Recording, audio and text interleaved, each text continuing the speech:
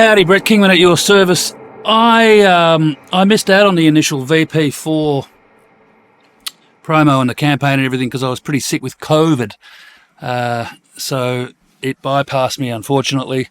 But I've been sitting here with it. I'll just turn this aircon off so it doesn't make too much fan noise. I've been sitting here with it for a couple of days now and just having the best fun. And it's just like an amazing machine to make, well, whatever you want, really. I've just been making some ambient sounds, but I've been making a little virtual pedal board that I thought my brother might like as well. I'll show you that in a moment. Just to sum it up, the VP4 basically lifts all of the effects, okay, so not the amps and the cab modelling, just the effects, and there are like 420 different effects broken down into 25 different groups. If you have a look at the VP4 edit up here, you can see that, you know, groups like chorus, compressor, delays, drives, enhancers, filters, flanges, so on and so forth. And you can place any one of those four into any given preset. So for this floaty preset that I'm using at the moment, I've got a compressor up the front and a phaser and a tremolo and a reverb. But each of those can actually house four different versions of themselves as well. So for instance, if I go to effects here, you can use it in either preset mode, scene mode, effects mode, or switch to the tuner and the tap tempo. I'll go to effects and I'll choose my phaser block here.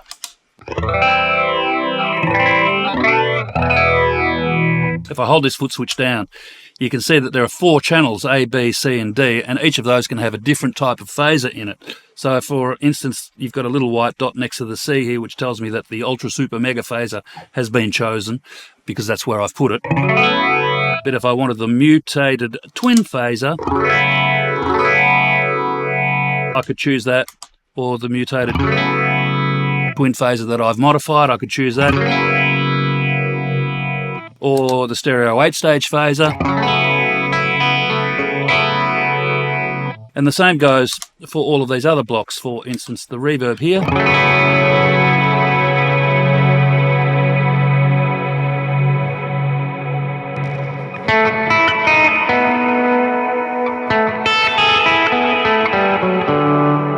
So in essence, it's giving me 16 different types of effects, you know, which is just amazing, in that I can switch on and off on the fly. And they're not just any effects either. These are Fractal Audio effects, and they are huge. Now, to kind of show you how huge they are, just in the reverb block alone, there are, at the moment in the firmware, 78 different types of reverbs. Now, when you select that reverb block, you'll see that you've got parameter control over time, shimmer tone, because this is our Ursa Major effect, so it's kind of like a special effect. But let's just choose, say, something like, I don't know, a small studio room. You've got control over stereo spread, ducking, reverb tone, so you've got high and low cut filters. But if you go to expert mode, which is a little button down here that says expert, or if you want to get into it on this hardware device, you could just hit both of these page buttons.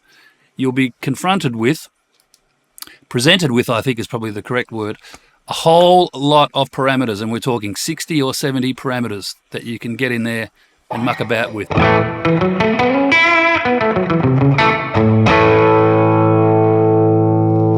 So, you know, pitch mix, for instance, if I wanted to bring in some pitch, I've already got that connected to the pedal. I could say, well, I want a minus third and I want an octave above.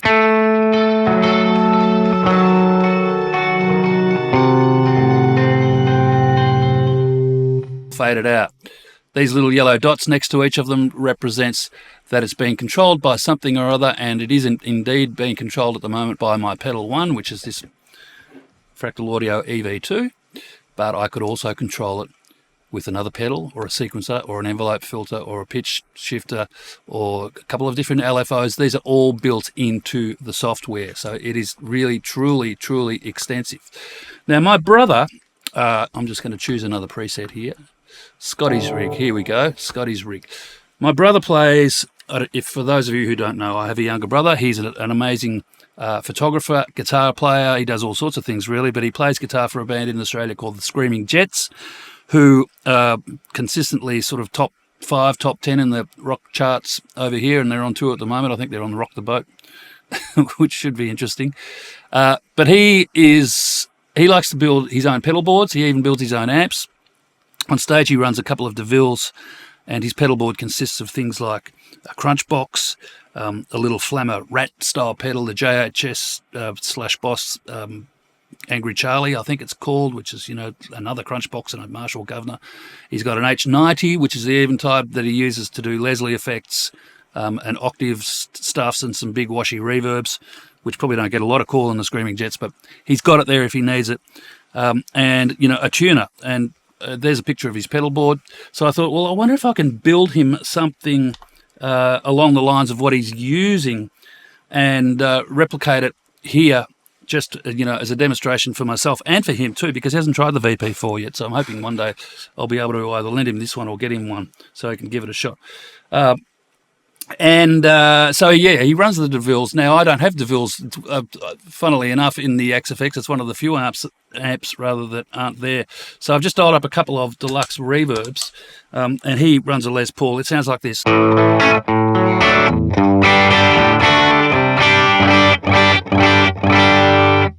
Sounds like that, just straight. So I've given him 2 drive blocks. And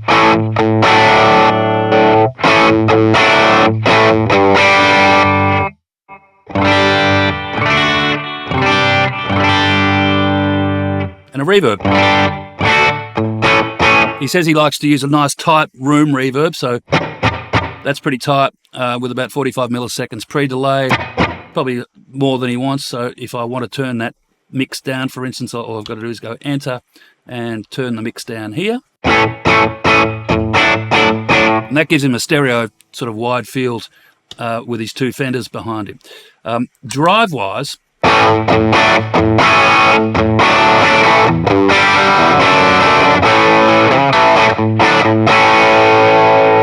I've given him, and if we hold this down, you'll see a selection of 4 different drives. So I've given him the Tone of Kings, which is basically the king of tone, but he could select from a treble booster or an octave distortion, or come back here, or a crunch box.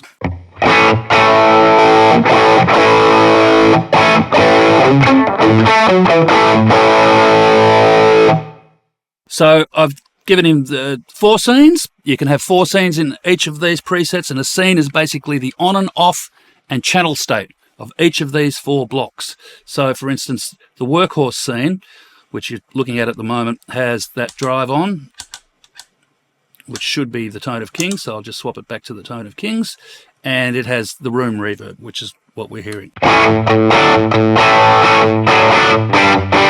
Now, if I go to scene mode by holding these 2 down, I can select scene 2, and he tells me that he uses a rotary block.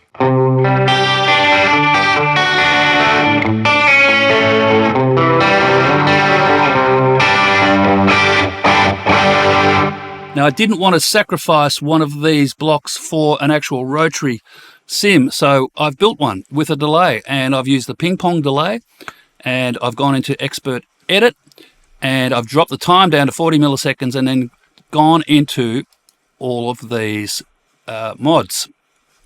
You see, in expert mode, you've got, control over 60, 70 different parameters. So basically, I've just raised 2 LFOs up to about 5 hertz, and that's giving me that spinning effect.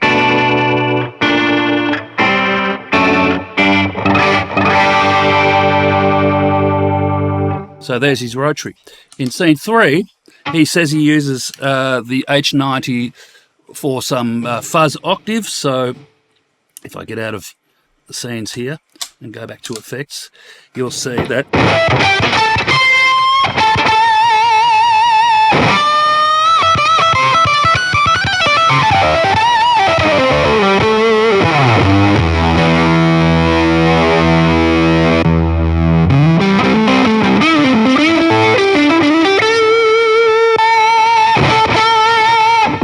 so what I've got is I've got an octave distortion, which is basically the Octavia, running into a fuzz face.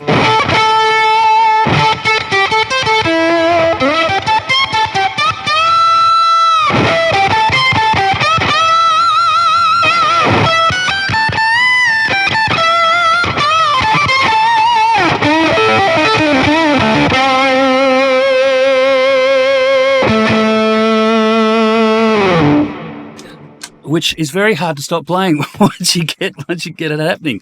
Back to scene mode here. The 4th scene is his solo scene. Solo time, I call it.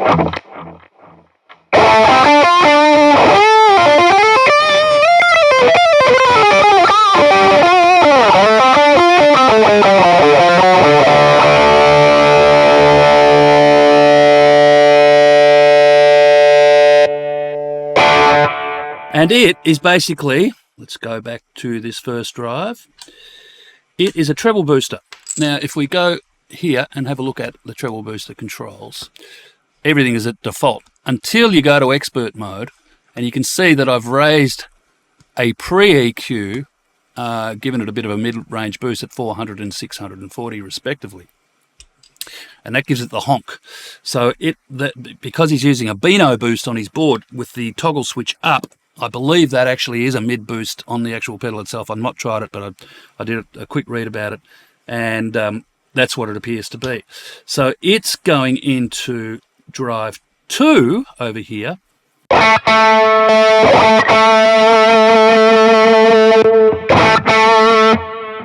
Which is Crunchbox.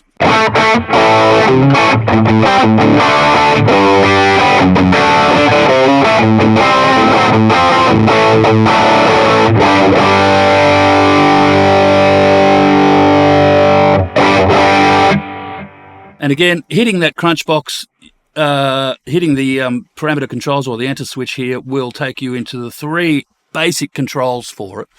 Let's just close this. I'll show you up here.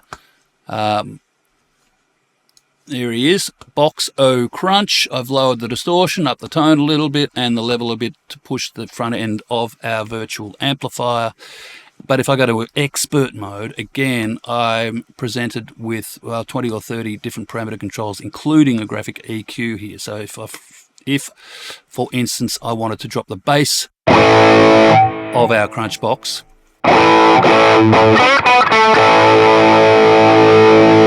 I can do that, which essentially means that I can get in there and modify any down pedal that I want, which is, you know, a great thing.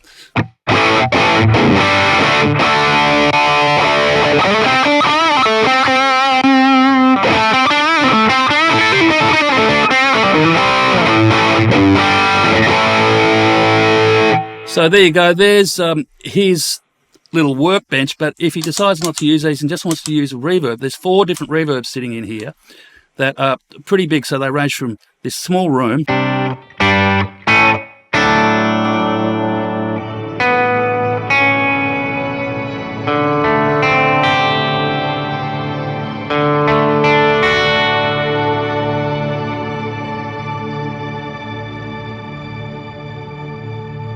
through to the cumulonimbus,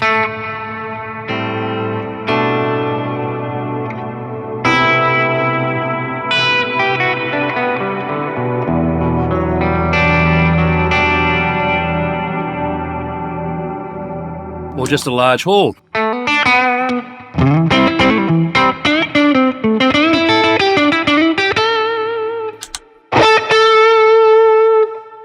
let's choose the Tone of Kings.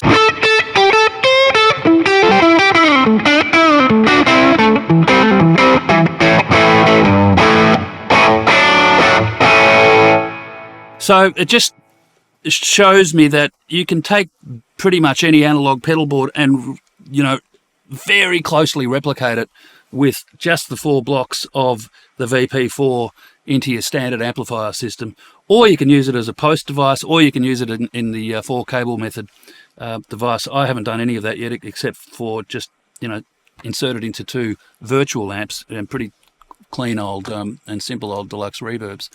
It's an amazing machine, and I expect, because it's a Fractal Audio device, that it will continue to improve, probably significantly, you know, every week, because they're just relentless in terms of the firmware upgrades. They're great. But I'll upload these presets for your use, for anybody who's actually already bought one of these machines. And there will be much more VP4 content coming from me. Thank you for watching. I hope you have a great day. See you soon.